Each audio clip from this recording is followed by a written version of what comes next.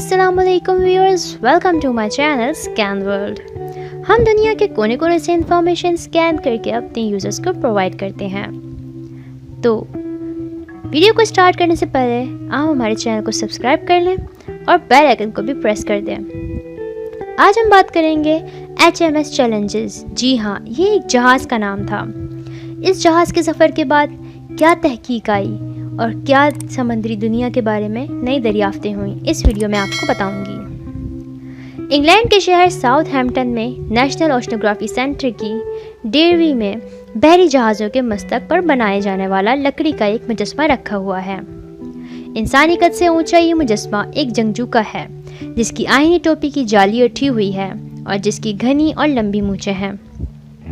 इस जंगजू की नज़रें कहीं बहुत दूर जमी हुई हैं। ये लकड़ी का मुजस्मा इस बहरी जहाज़ का हिस्सा है, जो दुनिया के दूर दराज हिस्सों के 3.5 साल तवील सफ़र पर रवाना हुआ था। इस सफ़र ने समुद्री साइंस को एक नई जहत दी, ज़ेर समंदर अजीबोगरीब दरियाफ्तें की और समंदर और इंसान के ताल्लुक को बदल कर रख दिया। इस बहरी जहाज़ का नाम HMS चैलेंजेस था। ये सफ़र एक जगह से दूसरी जगह का कोई आम सफ़र नहीं था। दिसंबर सन 1872 और मई 1876 के दरमियान बहरी जहाज़ के मस्तक पर लगाया ये मुजस्मा शमाल और जनूबी बहर उकनातूस और बहर काहिल के वसी हिस्सों में कुतुब जनूबी के सर्द पानियों से भी गुजरा था। इस बहरी जहाज़ का पेचीदा रास्ता या रूट बड़ा सूदमंद साबित हुआ। इस बहरी जहाज़ के सफ़र के इख्तिताम पर जहाज़ पर सवार एक सरकर्दा तारीख तबई के माहिर जॉन मोरे ने कहा कि 15वीं और 16वीं सदी की दरियाफ्तों के बाद कर अरज़ के बारे में हमारे इल्म में ये बहुत बड़ा इजाफा था। एक बहरी जहाज़ जिसे जंगी बहरी बेड़े में शामिल होने के लिए बनाया गया था, उसके लिए ये सफ़र मुकम्मल करना बहुत बड़ी कामयाबी थी। बरतानिया के विलेज डॉज यार्ड, जो अब बंद हो चुका है, उसमें फरवरी 1852 में बनाए गए इस बहरी जहाज़ HMS चैलेंजेस को लकड़ी से बनाया गया था, जो भाप से चलता था और उस पर तोपें भी नस्ब थीं।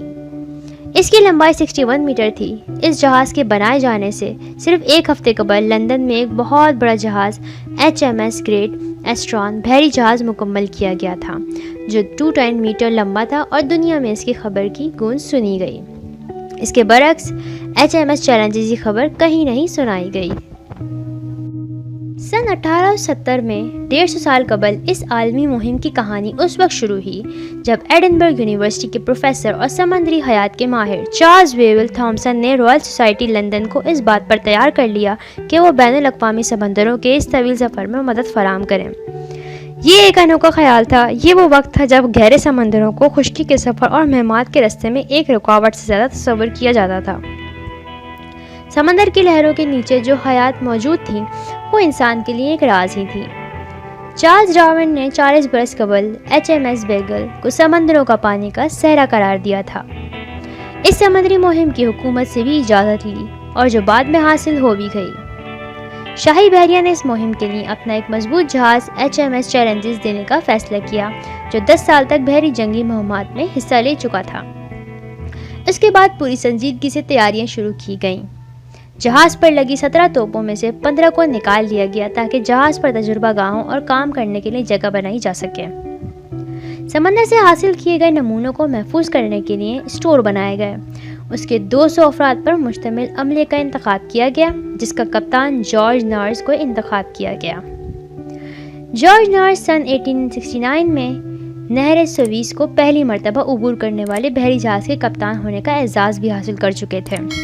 6 साइंसदानों की एक टीम भी तैयार की गई, जिसकी सरबराही वेवल थॉमसन कर रहे थे। सन 1872 में चैलेंजेस की मरम्मत करके इसे उस मुहिम के लिए तैयार किया गया। 7 दिसंबर सन 1872 इंग्लैंड की जुनूब मशरकी साहिल शेरन से इस जहाज़ ने अपनी मुहिम का आगाज़ किया। इस साल बरतानिया के मौसम सरमा में रिकॉर्ड बारिशें हुई थीं। 42 माह पर मुहित इस मुहिम के दौरान जहाज़ को 1,27,600 किलोमीटर का सफ़र मुकम्मल करना था, जिस दौरान उसने 362 मुकामात पर रुककर समंदर की तह से नमूने इकट्ठे करने थे। उसके साथ ही उन्होंने मुख्तलिफ जगहों पर समंदर की गहराई और इस गहराई में पानी का दर्जा हरारत भी नोट करना था। जहाज़ के अमले में शामिल एक 19 سالہ نوجوان جوزف میٹکن کے خطوط کی بدولت ہمیں اس بات کا اندازہ ہو سکتا ہے کہ چیلنجز پر ان کے دن کیسے گزرے۔ جہاز کے روانہ ہونے کے بعد انہوں نے لکھا کہ تمام سائنسدان پورے ہفتے اپنا ساز و سامان کی ترتیب دینے میں مصروف رہے۔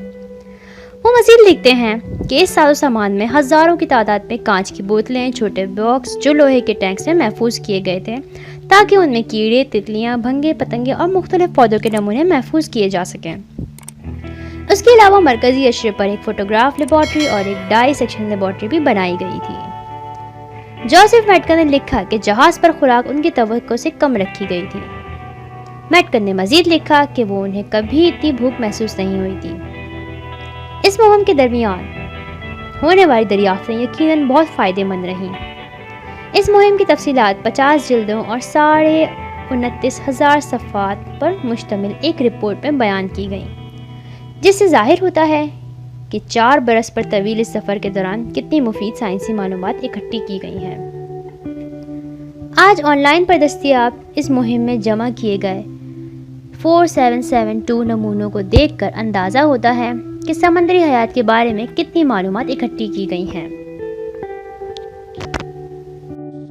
یہ نوادرات آج برطانیہ، آئرلینڈ اور امریکہ میں پھیلے ہوئے عجائب گھروں میں موجود ہیں، جن میں لندن کا نیچرل ہسٹری میوزیم اور ایکسٹر میں Royal Albert memorial and art gallery بھی شامل ہے۔ ان نمونوں کے ساتھ ہی وہ اعداد و شمار اور سائنسی پیمائش بھی اتنی ہی اہم ہیں جو جہاز سے سمندر میں لٹکتے اپنے زمانے کی جدید ترین آلات سے حاصل کی گئی تھیں۔ ان آلات میں کانچ کے تھرمامیٹر بھی شامل تھے جو سمندر کی تہہ میں پانی کا درجہ حرارت بھی ریکارڈ کرتے رہے۔ امریکہ کے شہر میساچیوٹس میں سمندری تحقیق کے لیے وقف ادارے وزڈ ہول اوشن گرافی انسٹیٹیوٹ کے ڈاکٹر جیک گیبی کا کہنا ہے کہ یہ اعداد و شمار جو چینلز نے اپنی مہم کے درمیان جمع کیے وہ سمندری تحقیق کے تمام شعبوں میں بنیاد کی حیثیت رکھتے ہیں۔ انہوں نے مزید کہا کہ چینلز ان لمحوں کو قید کر لیا جو وقت میں کہیں گم ہو جاتے ہیں۔ چینلز کی رپورٹ کے مطابق یہ کہنا تھا کہ آج بھی تمام اعلیٰ تحقیقاتی کاوشوں کے لیے بہت کارآمد ہے۔ ڈاکٹر گیبی نے کہا کہ سمندروں کے درجہ حرارت کے موسمیاتی تبدیلیوں پر اثر ایک ایسا موضوع ہے جس کے لیے چینلز کے لیے اعداد و شمار بہت بیش قیمت ہیں۔ انہوں نے کہا کہ وہ ان تمام معلومات کو ڈیجیٹائز یا کمپیوٹرائز پر محفوظ کرنے کا سوچ رہے ہیں۔ بے شمار دیگر گراں قدر دریافتوں کے علاوہ چینلز نے پہلی مرتبہ میرینا گھاٹی جو بھی دریافت کیا، یہ گھاٹی بحر الکاہل میں ہے اور اس کی زیر سمندر گہرائی کوہ ہمالیہ کی اونچائی سے بھی زیادہ ہے۔ اس کے گہرے ترین حصے جو 10929 میٹر گہرا ہے، اس مقام کا نام اس جہاز کے نام پر چینلز ڈیپ رکھا گیا تھا۔ اس جہاز کے سفر میں Cape Verde Iceland, Melbourne, Hong Kong اور جاپانی بندرگاہ ہوکوہاما بھی شامل تھی۔ اس جہاز کا سفر جو غیر معمولی طور پر طویل تھا وہ بالآخر مئی 1876 میں چینلز کے واپسی برطانیہ پہنچتے ہی ختم ہوا۔ تو یہ تھی کچھ بریف ہسٹری آپ کو جسے ہم نے چینلز کے بارے میں بتائی۔ امید ہے آپ کو ہماری ویڈیو پسند آئی ہوگی، تو ہمارے چینل کو سبسکرائب کیے گا اور بیل آئیکن کو دبانا نہ بھولیے گا۔ ملتے ہیں نئی ویڈیو میں نئی ویڈیو کے ساتھ، جب تک کے لیے اللہ حافظ۔